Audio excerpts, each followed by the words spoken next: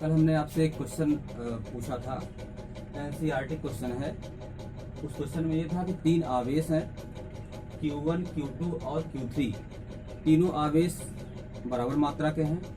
Q1 का मान भी Q है, Q2 का मान भी Q है, Q3 का मान भी Q है।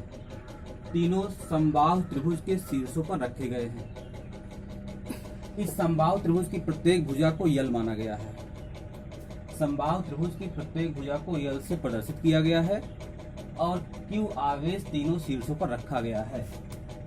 Q1 equal to Q, Q2 equal to Q और Q3 इक्वल टू Q। और जो प्रश्न है वो ये है कि अगर केंद्रक पर, केंद्रक किसका है, इस केंद्रक पर एक तीसरा आवेश कैपिटल Q रख दिया जाए तो इस केंद्रक पर कुल मिलाकर कितना बल कार्य करेगा। क्योंकि इन दोनों आवेशों का एक पेयर बन जाएगा, यहाँ भी एक प्रतिकर्षण बल कार्य करेगा, इसका भी एक पेयर बन जाएगा, यहाँ भी कार्य करेगा, और इसका एक पेयर बन जाएगा, यहाँ भी कार्य करेगा।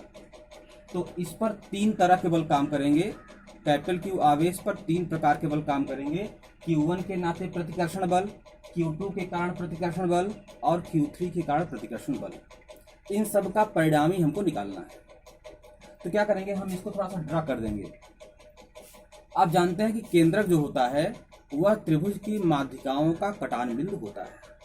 केंद्रक त्रिभुज की माध्यिकाओं के कटान बिंदु को कहा जाता है। और समबाहु त्रिभुज में जो केंद्रक होता है वह माध्यिका पर, हर केंद्रक माध्यिका पर स्थित होगा।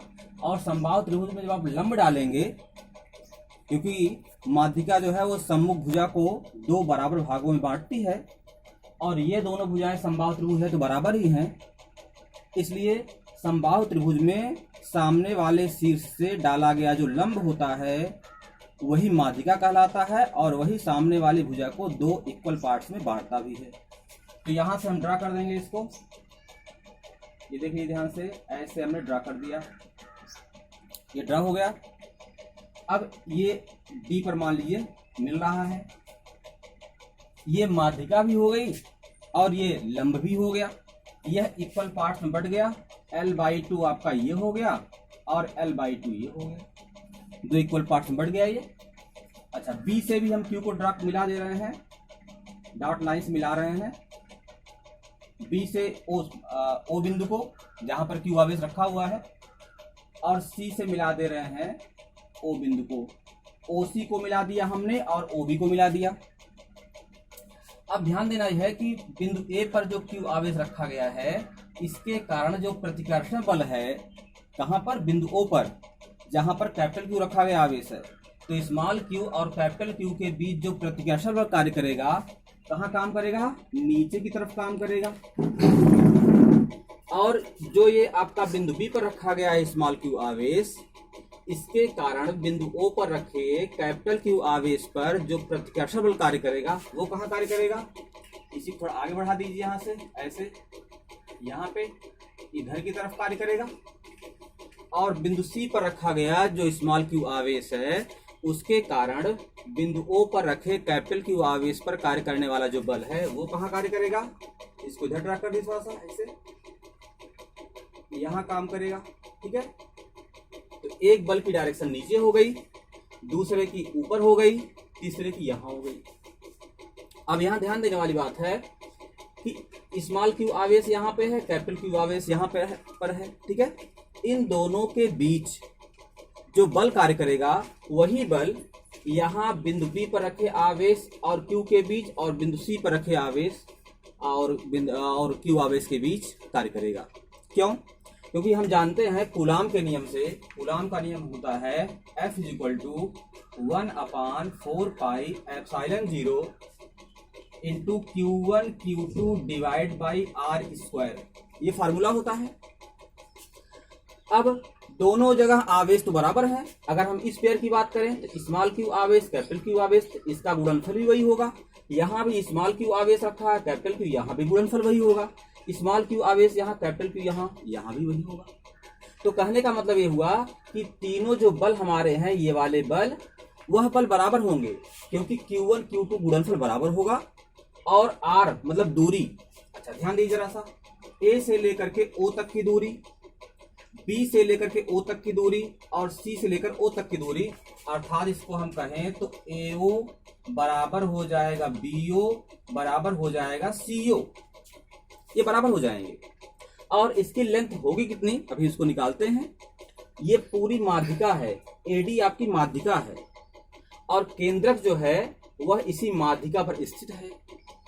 तो माध्यिका जो होती है वह, केंद्रक जो होता है वह माध्यिका को 2:1 के अनुपात में बांटता है। या पहले जानते हैं कि हाई स्कूल की चीज है ये।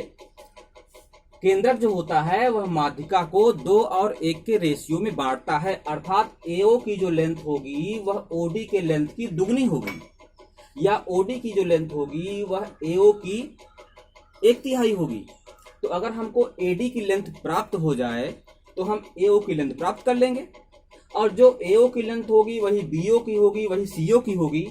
तो ये दूरियां सब बराबर हैं, आवेशों के मान बराबर हैं। तो कहने का मतलब जो बल कार्य करेगा यहाँ पर और यहाँ पर, वह तीनों बल बराबर होंगे।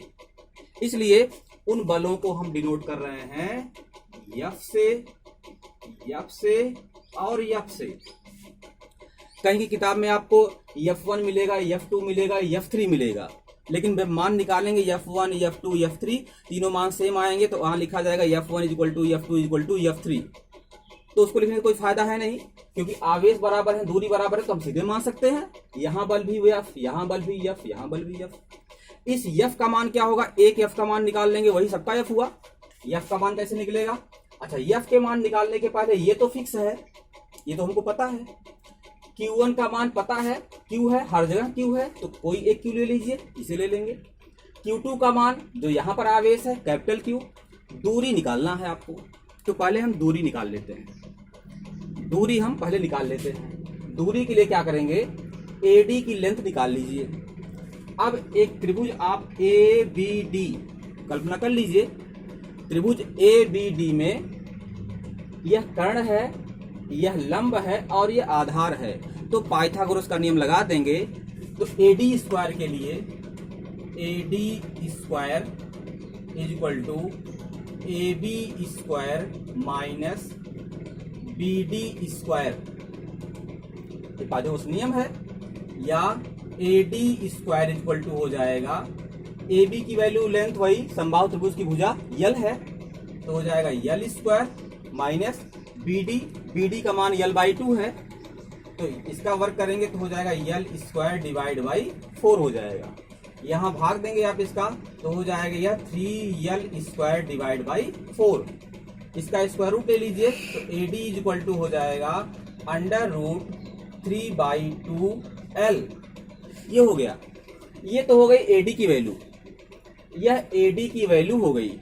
अब इसी AD का 2/3 AO है और 1/3 OD है, तो हमको AO चाहिए, इसलिए AO की लेंथ AO बराबर 2/3 कर देंगे, 2/3 कर दे रहे हैं किसका, AD का।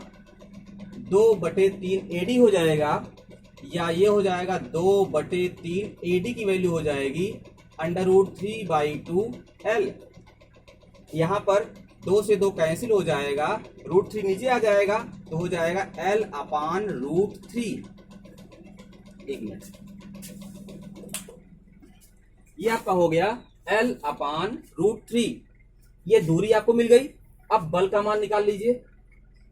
बल F = हो जाएगा, यहां से आ जाइए कूलम के नियम से, 1/4πε0 इंटू Q1 की जगह रख देंगे हम स्मॉल q, Q2 की जगह रख देंगे कैपिटल Q, क्योंकि कोई भी पेयर हम लेंगे, इस पेयर में भी स्मॉल q कैपिटल Q है, इस पेयर में भी वही है, कोई एक पेयर ले लेंगे हम, जोड़ा ले लेंगे, अपान R² मतलब दूरी का वर्ग। दूरी हम यहाँ पता लगा चुके हैं, दूरी हमारी है L/√3, यहाँ हो जाएगा L² / 3 होगा, ऊपर चला जाएगा तो 3 को यहाँ ऊपर कर दिया हमने। ये आप देख रहे होंगे, ये हमारा निकल गया बल। अब यही जो बल हमारा है इसके भी बराबर है, इसके बराबर है, इसके बराबर है। अब क्या करेंगे हम, जब एक बिंदु पर इस तरह 3 बल कार्य कर रहे हैं तो इन तीनों का रिजल्टेंट निकालना पड़ेगा, तभी तो हमको परिणामी मिल पाएगा। रिजल्टेंट कैसे निकलेगा, पहले हम दो बलों को कंसोलिडेट कर लेते हैं, अर्थात इन दोनों बलों का परिणामी निकाल लेते हैं। इन दोनों बलों का परिणामी हम निकाल लेते हैं और परिणामी निकालने के बाद जो दोनों बलों परिणामी होगा उसको और तीसरे बल को हम देखेंगे, ध्यान देंगे उस पर। तो क्या करना होगा इसमें, देखिए यफ बल और यफ बल, इन दोनों बलों के बीच कितने अंश का कोण है, 120 अंश का कोण है इसमें। ऐसे अपना समझ पाए, जान जाइए, ये 90 डिग्री होगा, लंब डाला गया है, ये 90 होगा, 180 हो गया, ये कोण आपका 60 अंश का है ना, संभव त्रिभुज ही है, ये आपका 120 का बचेगा, ठीक।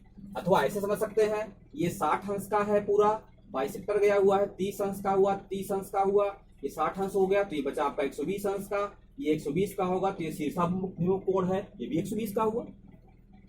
अब दो बराबर बल हमारे पास लगे हुए हैं, यफ और यफ, यफ और यफ के दो बराबर बल लगे हुए हैं, कितने अंश कोण पर, 120 अंश कोण पर। तो इन दोनों का परिणामी कैसे निकलेगा, इन दोनों का परिणामी निकलेगा सदिशों के योग के नियम से।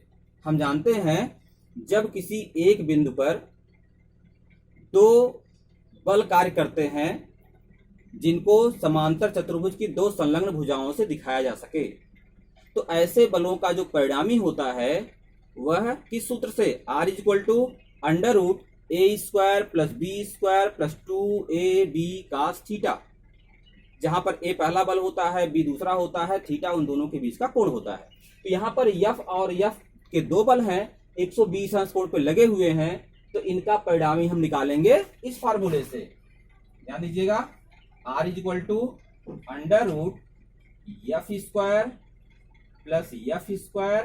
+ 2 ab की जगह हो जाएगा f × f, तो हो जाएगा f² × cos 120 अंश, ये हो जाएगा √ cos 120 का मान आपको पता होगा -1/2 होता है, यहां रखेंगे -1/2, तो 2 से 2 कट जाएगा, हो जाएगा माइनस, तो -f² + f² से कटेगा, तो यहाँ केवल बचेगा आपका f², इसको आप यूं समझ लीजिए, केवल f² बचेगा, बस शॉर्ट समझ लीजिए, समझ गए होंगे। -1/2 cos 120 का मान होता है, 2 से कटेगा, f² बचेगा, यहाँ पे f² माइनस में होगा, f² प्लस में कटेगा, f² कुल बचेगा, इसका परिणामी क्या हो जाएगा, f हो जाएगा। यह परिणामी f हो गया, इसकी दिशा कौन सी होगी, अच्छा, रिजल्टेंट में दिशा के लिए अगर दो समान बल लगे हुए हैं तो दो समान बलों का परिणामी उनके बीचों बीच से होकर गुजरता है। तो यहाँ पर यफ और यफ के दो बल हैं, तो इनका जो परिणामी होगा इनके बीचों बीच से जाएगा, अर्थात ये परिणामी की दिशा हो जाएगी। और कितना बल होगा, यफ के बराबर। अब आप समझ गए होंगे कि इस बल का और इस बल का परिणामी ये वाला बल हो गया, तीसरा, दो समान बलों का परिणामी यही एक बल हो गया यफ के बराबर, और ये जो तीसरा वाला बल हमारा है वो नीचे की तरफ है। जब तीसरा वाला बल ये आपका नीचे की तरफ है, एक बल नीचे की तरफ यफ है, दूसरा बल ऊपर की तरफ यफ है, जो इन दोनों का रिजल्टेंट था, इसलिए बिंदु O पर जो आवेश Q रखा है उस पर कार्य करने वाले सभी बलों का योग क्या हो जाएगा, प्लस यफ ऊपर माइनस यफ नीचे, बलों का योग करेंगे तो टोटल फोर्स आपका जो है वह 0 हो जाएगा, अर्थात इस बिंदु O पर रखे Q आवेश पर कोई बल नहीं कार्य करेगा। आप समझ गए होंगे इस चीज को, एक बार उतार लीजिएगा अच्छे से।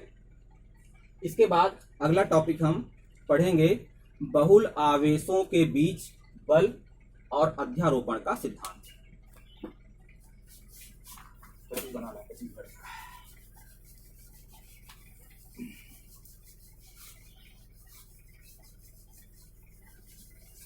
बहुल आवेशों के बीच बल, अध्यारोपण का सिद्धांत।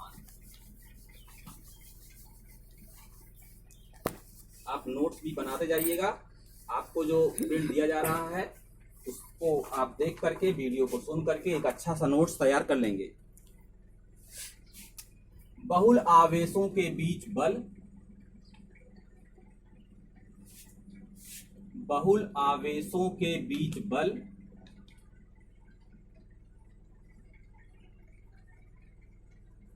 अध्यारोपण का सिद्धांत।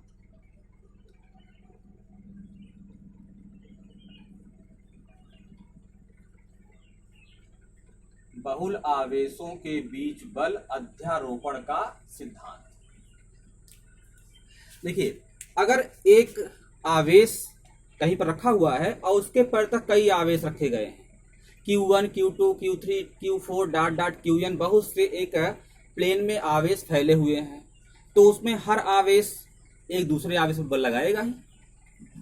जैसे एग्जांपल ले लीजिए, यहाँ पर एक आवेश है Q1, एक आवेश यहाँ Q1 है, दूसरा आवेश यहाँ पर है Q2, तीसरा आवेश यहाँ पर है Q3। ऐसे बहुत सारे आवेश हैं। एक आवेश यहाँ भी मान सकते हैं Qn मतलब Q10 हो सकता है, Q15 हो सकता है, कुछ भी हो सकता है। तो इस Q1 वाले आवेश पर Q2 वाले आवेश के कारण भी बल लगेगा, Q3 आवेश के कारण इस पर बल लगेगा, Q1 पर भी बल लगेगा, Q4 आवेश होता तो उसके कारण भी यहाँ पर बल लगता, Qn के कारण भी यहाँ पर बल लगेगा। तो अगर ये पूछा जाए कि Q1 पर इन सभी आवेशों के कारण कुल कितना बल लग रहा है, तो उन सभी बलों का जो योग है वो सदिश योग निकाला जाएगा। अर्थात किसी आवेश पर अन्य आवेशों के कारण लगने वाले बल का परिणामी उन बलों के सदिश योग के बराबर होता है। इसी को हम अध्यारोपण का सिद्धांत कहते हैं। और किसी एक आवेश पर दूसरे आवेश के कारण लगने वाला बल अन्य आवेशों की उपस्थिति के कारण प्रभावित नहीं होता है। यह ध्यान देने वाली बात है कि Q2 के कारण Q1 पर बल लगेगा और Q3 कारण भी लगेगा। तो ऐसा नहीं कि Q2 बल लगा रहा है और Q3 भी लगा रहा है तो Q2 और Q3 भी आपस में दूर हटेंगे तो यह इस बल को प्रभावित करेंगे, ऐसा नहीं है। सभी बल अपना इंडिविजुअल जो है वह Q1 पर बल लगाएंगे।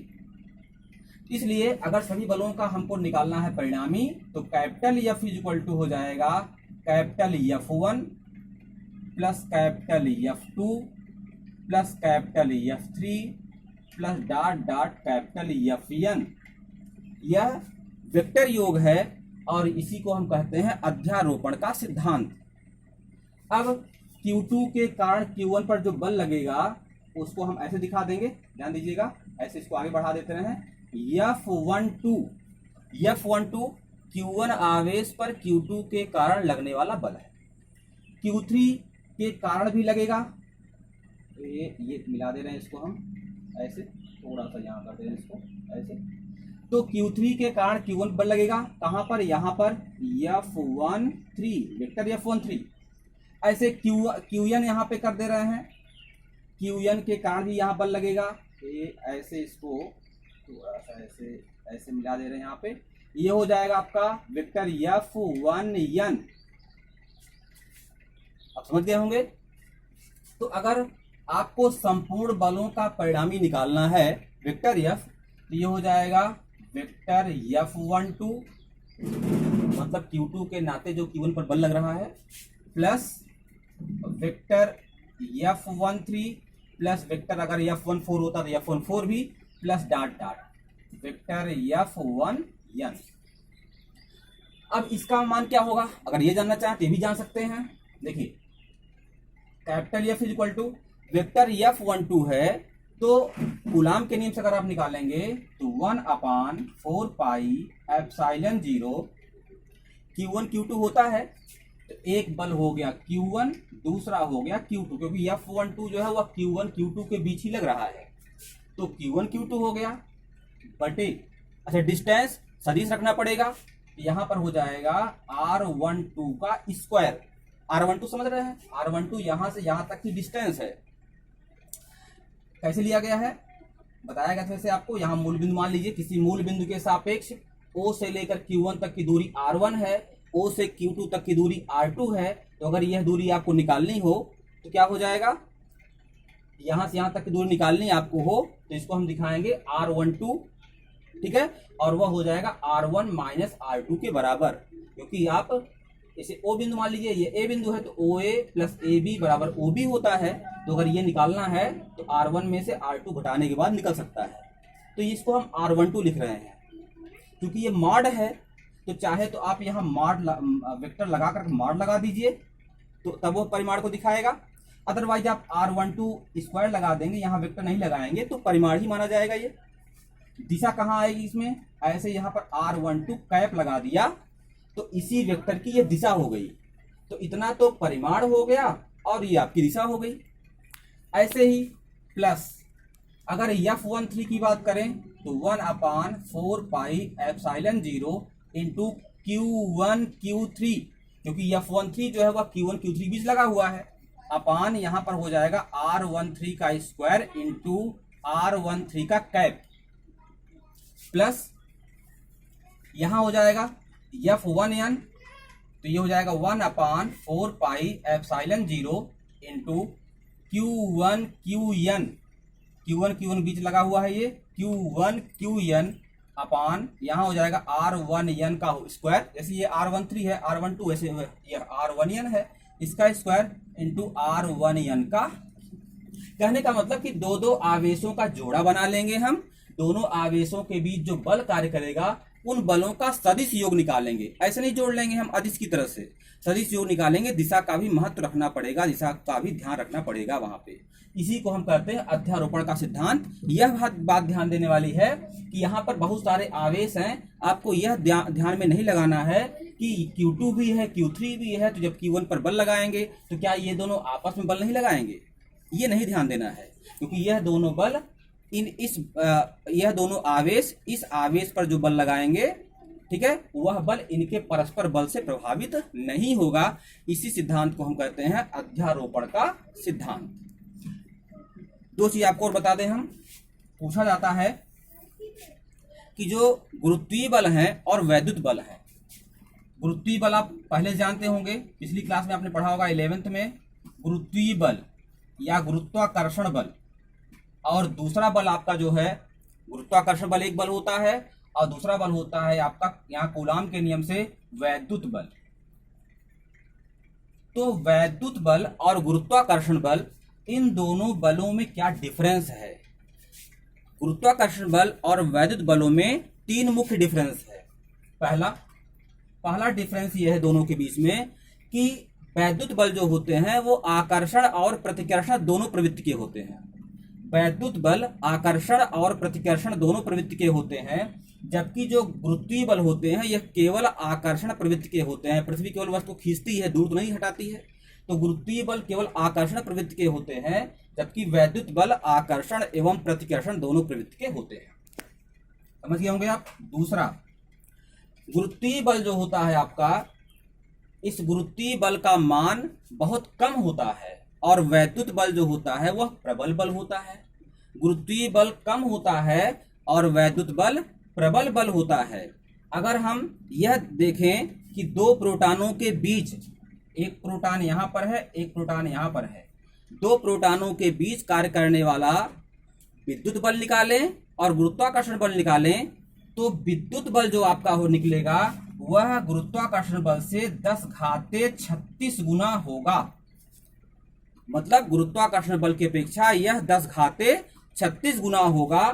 और अगर यही हम प्रोटॉन की जगह पर इलेक्ट्रॉन ले लें तो दो इलेक्ट्रॉनों के बीच कार्य करने वाला जो वैद्युत बल है वह गुरुत्वाकर्षण बल की अपेक्षा 10⁻43 गुना होगा।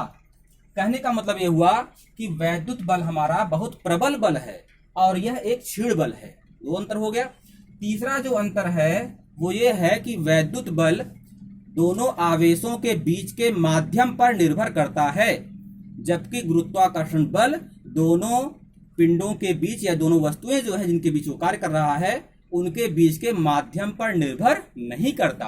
तो एक ये गुरुत्वाकर्षण बल क्षीण बल है और वैद्युत बल प्रबल बल है, एक अंतर ये हो गया।